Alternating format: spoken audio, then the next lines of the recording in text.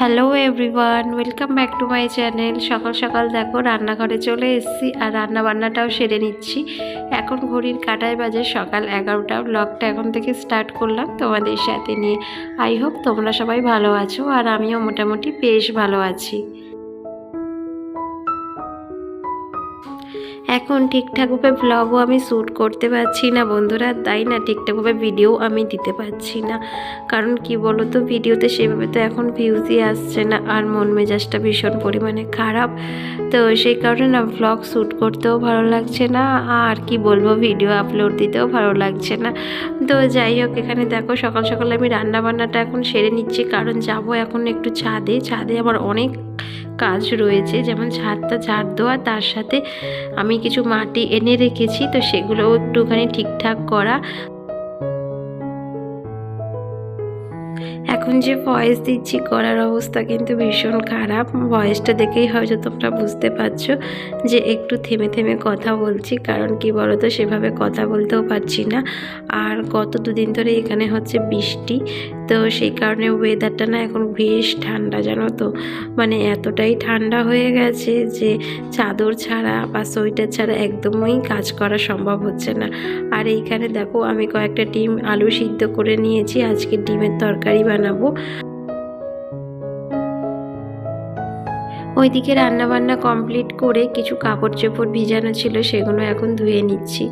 আজকের না কাপড় চোপড় ধুতে আমার অনেকটা লেট হলো, কারণ কি বলো তো বাইরে না সকালে মানে একটু বৃষ্টি পড়ছিল ছিটে ফোটা, তো সেই কারণে না কাপড়গুলো আমি ধুইনি, জানো তো। এখন যেহেতু দেখলাম যে বাইরে ভালো মানে একটা রোদ্দুর উঠেছে, তো ভাবলাম জামা কাপড়গুলো ফেলে রেখে আর কি কাজ, জামা কাপড়গুলোও একেবারে ধুয়ে মেলে দিই। আর দেখবে প্রতিদিনকারের জিনিস প্রতিদিনকারের না ধুলে পরের দিনকারের জমিয়ে রাখলে বেশ অনেকটা কাপড় চোপড় হয়ে যায়। আর অনেক কাপড় চোপড় কাচতে না আমার ভীষণ বিরক্ত লাগে, জানো তো। মানে দিনেরটা দিনে কেচে দিলাম, কম হয়ে থাকলো সেটাই যেন আমার পক্ষে ভালো। মানে একসাথে যে অত জামা কাপড় কাচা না, সেটা না আমার একদম ভালো লাগে না। বন্ধুরা, তোমরা কে কোথা থেকে আমার এই ভিডিও দেখো অবশ্যই কিন্তু কমেন্ট করে জানিও। আর আমার ভিডিওর কোনো অংশ যদি তোমাদের একটু ভালো লেগে থাকে, তাহলে একটা লাইক শেয়ার অ্যান্ড কমেন্ট করে আমার এই ছোট্ট চ্যানেলটাকে একটু এগিয়ে নিয়ে যেতে সাহায্য করো। আর আজকের ব্লগটা অনেকটাই ছোট, আই হোপ একটু ধৈর্য সহকারে তোমরা দেখবে। আর এইদিকে দেখো আমি চলে এসেছি ছাদে। সকালে যে বৃষ্টি হয়েছিল ওইদিকে দেখো টবের ওইখানে জল পড়া দেখেই বুঝতে পারছো। আর এখন যেহেতু এদিকটায় রোদ্দুর পড়েছে, তাই কিছুটা শুকনোও হয়ে গেছে। ভেবেছিলাম আজকে ছাদটা ঝাড় দেবো, ভেবেছিলাম কি আজকে তো ছাদ আমাকে ঝাড় দিতেই হবে, কারণ এই যে দেখতে পাচ্ছ কত মাটি এদিক সেদিক করা রয়েছে, এগুলো কিন্তু সব কেনা মাটি। আগের দিনকারের একটা দাদাকে বলেছিলাম যে একটু মাটি দিয়ে যেতে, তো সেই দিয়ে গেছে। কিন্তু কি হয়েছে বলো তো ব্যাপারটা, মানে বস্তাটা উনি নিয়ে যাওয়ার কারণে আমার এই মাটিগুলো এদিক সেদিক করে রাখতে হয়েছে। তো যাই হোক, এখন দেখো আমি পুরো মাটিগুলোকে এদিক সেদিক করে মানে যতটা মানে খালি জায়গা পেয়েছি তার মধ্যে ভরে রাখলাম। ভাবা যায় এখন কি না মাটি কিনে আমাকে গাছ লাগাতে হবে, মানে এমনই পরিস্থিতি এসে গেছে। আগে যখন এত মাটি মানে মাঠ ঘাট বাড়ির সামনে উঠোন এত থাকার কারণে আমি কিন্তু কোনো রকম গাছপালার কোনো শখই ছিল না, কিন্তু এখন বিয়ের পর যখন দেখছি এখানে মাটি বলতে কিছুই নেই, টবে গাছ লাগাতে হয়, তো তখন এখন আমার না গাছ লাগানোর শখ উঠেছে। ভাবলে কেমন একটা হাসি লাগে, তাই না বলো। তো যাই হোক, এইদিকে দেখো আমি ছাদটা এখন ঝাড় দিয়ে নিচ্ছি, কারণ ছাদটা অনেক দিন হলোই ঝাড় দেওয়া হয় না। আমি সপ্তাহে প্রতি একবার করে ঝাড় দিই, কিন্তু এই সপ্তাহটা পুরোটা চলে গেছে আমার ছাদ কিন্তু ঝাড় দেওয়া হয়নি। তাই বলে যে ছাদ খুব বেশি নোংরা হয়েছে তা কিন্তু নয়, এই ছোটোখাটো পাতা দেখো এটা সেটা পড়ে রয়েছে। আর ছেলে যেহেতু প্রতিনিয়ত ছাদে এসে খেলা করে, তাই না ছাদ আমাকে প্রায় পরিষ্কারই রাখতে হয়।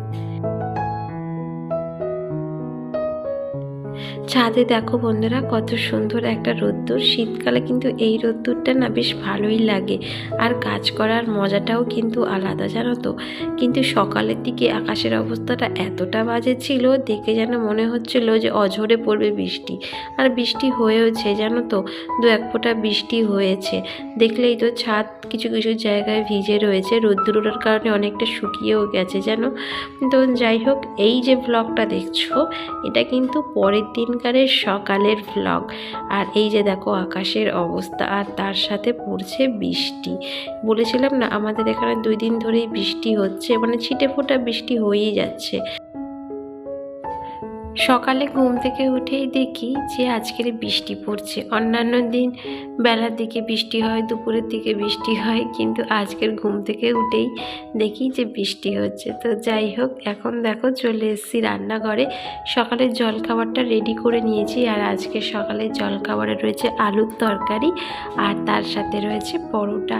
শীতকালের সকালে এই রকম বাইরে বৃষ্টি আর সাথে গরম গরম পরোটা আর আলুর তরকারি কার কার খেতে ভালো লাগে অবশ্যই কিন্তু কমেন্ট করে জানিও।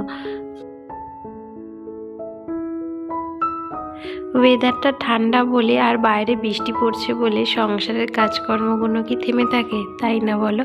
তো এক এক করে তো সব কিছুই করতে হয়। হয়তো আমি তোমাদের সাথে শেয়ার করতে পারি না, তাই বলে এটা নয় যে আমি কিন্তু ঘরের কাজ করি না বা শ্যুট করি না বা কিছু, তা কিন্তু নয়। কিছু কিছু জিনিস তোমাদেরকে আমি জাস্ট ভিডিওর মাধ্যমে তুলে ধরি।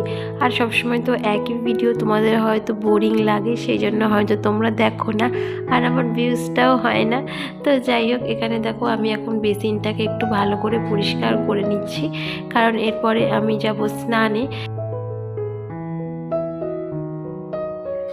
আজ যেহেতু শনিবার তাই আমার নিরামিষ। সকালে তো দেখলে আলুর তরকারি আর পরোটা বানিয়েছিলাম, আর দুপুরে না সেই রকম রান্নার চাপ নেই, খিচুড়ি বানাবো ভেবেছি আর তার সঙ্গে একটা ভাজা বানিয়ে নেব। আর বাইরে যেহেতু বৃষ্টি পড়ছে, ঠান্ডা ঠান্ডা ওয়েদার, গরম গরম খিচুড়ি তো বেশ ভালোই লাগে, তাই না বলো? আর এই যে দেখো স্নানে যাওয়ার আগে আমার এই যে বাথরুমের র্যাকটা, যার মধ্যে শ্যাম্পু পেস্ট এটা সেটা সব কিছুই থাকে, তো এটাকে না আজকে ভালো করে একটু মানে সার্ফ দিয়ে ঘষে নিচ্ছি, কারণ এটাও না ভালো মানে বেশ ভালোই নোংরা হয়েছিল, কিন্তু আমার সময় হচ্ছিল না যে এটাকে পরিষ্কার করব। মানে সব কিছুই তো পরিষ্কার পরিচ্ছন্ন করা হয়, কিন্তু এটাকে বাদ দিয়ে। তো এখন ঘড়ির কাঁটায় বাজে দুপুর 2:30, আর এখন আমি বসেছি শাক কাটতে। দুপুরের খাওয়া দাওয়া কমপ্লিট, আর এই দেখো সোয়েটার গায়ে দিয়েই নিয়েছি, কারণ বাইরে কিন্তু ভীষণ পরিমাণে ঠান্ডা। আর এটা যে কী শাক সেটা তোমরা দেখেই বুঝতে পারছো, এটা হচ্ছে কুমড়ো শাক। একটা পিসি না খেতে দিয়েছে, জানো তো, সকালেই দিয়েছিল। তো আমি না যেহেতু আজকের শাকটাক বানাবো না, তো সেই কারণে আর কাটিনি। ভেবেছি যে দুপুরের খাওয়া দাওয়া করার পর শাকটা বসে কেটে রাখবো, পরের দিন রান্না করব। যখন শাক ভাতা করি না এরকম, তো এইভাবেই আমি রান্না করি, জানো তো, আগের দিন কেটে রাখি, পরের দিন রান্না করি। বেশিরভাগ টাইমটা আমি রাত্রিবেলা বসেই শাক কেটে রাখি, কিন্তু এই ঠান্ডার মধ্যে আর ইচ্ছা করে না গো লেপের মধ্যে থেকে আবার রাত্রিবেলা বেরিয়ে এই সমস্ত কাজ করা।